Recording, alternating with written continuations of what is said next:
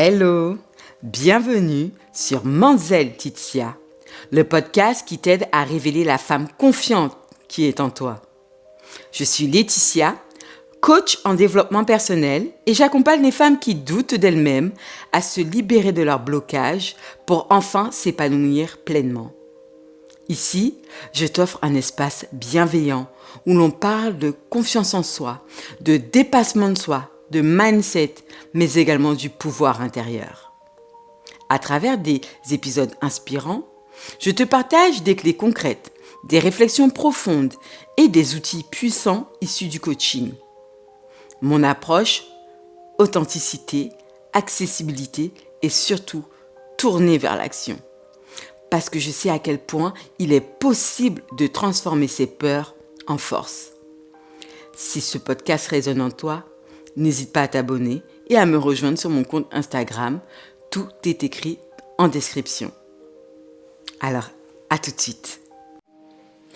Aujourd'hui, j'ai envie de m'arrêter sur qu'est-ce qui nous empêche d'avancer. Qu'est-ce qui nous empêche de passer à l'action? Eh bien, il s'agit en réalité des blocages inconscients associés à des peurs.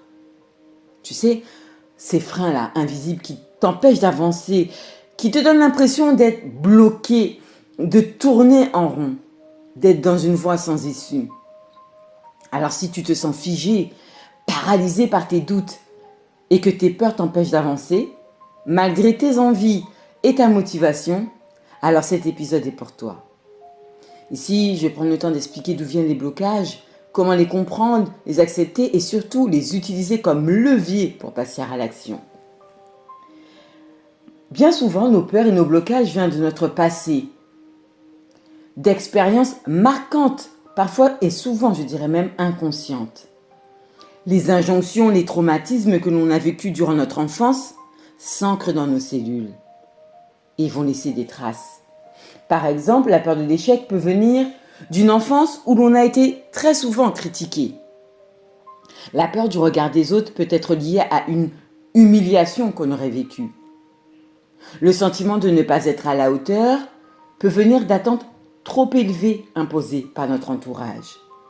Alors, pour t'aider à comprendre l'origine, d'où viennent ces peurs, ces blocages que tu ressens à l'intérieur de toi, je vais te proposer cet exercice qui s'appelle le scan tes peurs. C'est-à-dire que tu vas prendre le temps de faire un travail d'introspection sur toi-même, avec honnêteté. Et pour cela, tu vas te mettre dans un endroit calme où tu pourras réellement être tourné vers l'intérieur de toi. Tu vas prendre un carnet et tu vas noter quels sont les blocages que tu ressens en ce moment, quelles sont ces peurs qui y sont associées, quelles sont ces émotions qui y sont liées. Et puis tu vas essayer de répondre le plus honnêtement possible à ces questions. D'où vient ces blocages? D'où vient cette peur? À quel moment j'ai commencé à me sentir bloqué? Qu'est-ce que cela crée en moi? Quels sont les bénéfices que j'ai à rester dans cette situation et quels en sont les inconvénients? Si ce blocage n'existerait pas, qu'est-ce que je ferais? Où je serais? Où j'irais? Prends le temps d'observer et de mettre des mots sur tes blocages, de mettre des mots sur tes ressentis.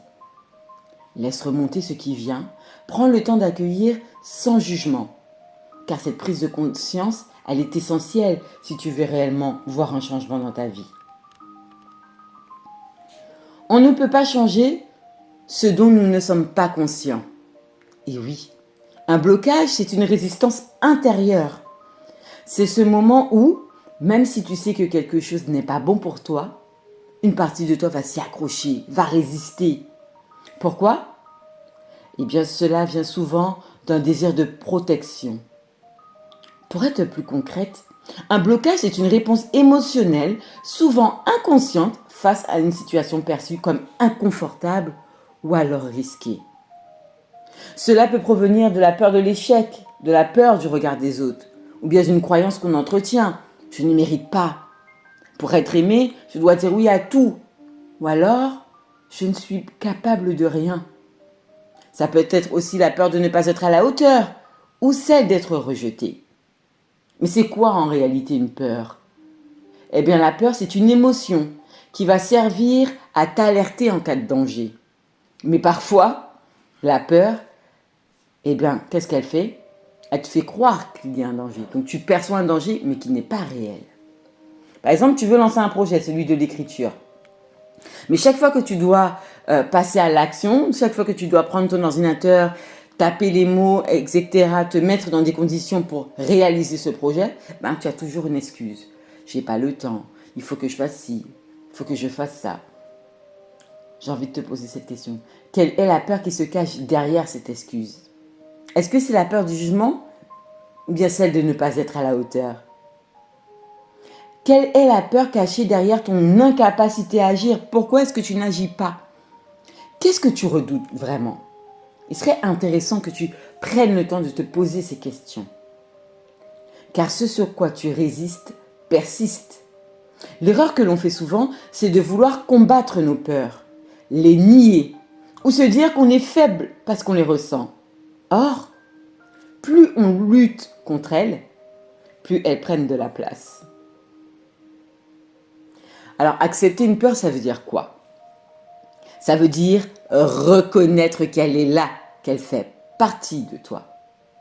Comprendre le message qu'elle essaye de t'envoyer.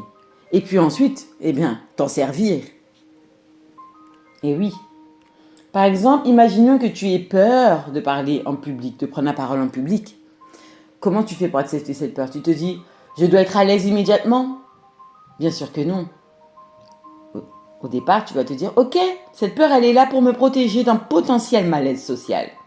Ensuite, tu vas te rappeler, ah mais si j'ai cette peur-là, c'est bien que ça me tient à cœur ce que je fais.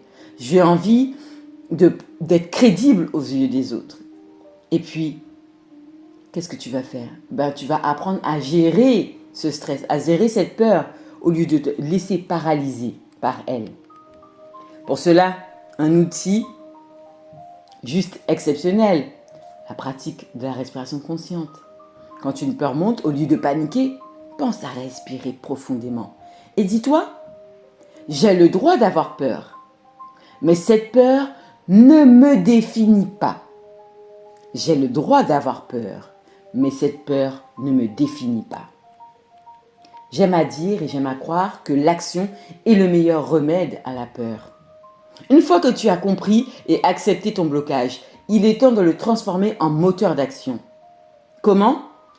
Utilise ces 3 étapes. Imaginons que ton rêve soit de te quitter pour partir vivre à l'étranger. Mais que là, à ce moment-là, tu es bloqué par la peur de l'inconnu, par la peur du manque de stabilité qui pourra éventuellement arriver, ou du jugement que ton entourage pourrait porter à cet égard, à cette décision. Premier objectif, c'est de décomposer ton rêve en micro-actions. L'idée, ce n'est pas de tout lâcher d'un coup du jour au lendemain, mais c'est de préparer ton départ progressivement. Premier pas, fais des recherches sur le pays dans lequel tu veux vivre. Regarde le coût de la vie, regarde les opportunités professionnelles, bref, renseigne-toi. Puis ensuite, ose l'inconfort progressif. Avant de tout quitter, mets-toi en situation. Par exemple, planifie un voyage d'exploration de quelques semaines pour te sentir, pour voir si réellement c'est ce que tu veux vivre. Et puis, remplace tes croyances limitantes par des croyances aidantes. Et oui, au lieu de dire c'est trop risqué, je vais le regretter, remplace-le par c'est une aventure qui va me faire grandir et je peux toujours ajuster mon chemin. Là, tu fais de la place, tu fais de l'ouverture. J'ai un exemple très concret à ce sujet. J'ai une cliente que j'accompagnais et qui rêvait en fait de s'installer en Australie. Mais au départ, elle était réellement paralysée par la peur de l'échec. Eh bien, d'abord, elle s'est fixée comme premier objectif de travailler son anglais. Et oui, pour être à l'aise dans le pays où elle voulait s'installer. Puis, elle a commencé à postuler à des offres à distance. Ensuite, elle s'est dit, bon, je vais aller voir ce qui se passe pendant 3 mois, je vais aller vivre sur place. Résultat, une fois sur place, elle a décroché un emploi et pour l'instant, elle y est encore. Alors, pose-toi cette question. Quelle est la plus petite action, même si elle est petite, mais quelle est en tout cas l'action que je peux poser aujourd'hui pour rendre mon rêve concret? Peut-être envoyer un message à quelqu'un qui vit là-bas, déjà, peut-être. Commencer à mettre de l'argent de côté, chercher des opportunités d'emploi à distance, bref. L'important ici, c'est d'oser faire le premier pas, car c'est souvent celui qui débloque tout le reste. Tu as le pouvoir de changer la situation. Les peurs et les blocages, en fait, ils font partie du voyage. Ils sont là pour ton bien. Ne les perçois pas comme des obstacles. Perçois-les comme des leviers. Perçois-les comme des indicateurs de où est-ce que tu dois poser des actions. Alors maintenant que tu sais comment les comprendre, les accepter et transformer, j'ai envie de te lancer ce petit défi. Choisis un blocage que tu ressens en ce moment et trouve l'action à poser aujourd'hui pour la dépasser. Et si l'envie t'en prend, partage-le en commentaire, je serai ravie de te lire. Si cet épisode t'a aidé, n'hésite pas à le partager, à le liker ou à le partager avec quelqu'un qui en aura besoin. On se retrouve très vite pour un prochain épisode du podcast Mindset Titia. En attendant, rappelle-toi, ta peur n'est pas la fin, mais le début. Je te dis à très vite.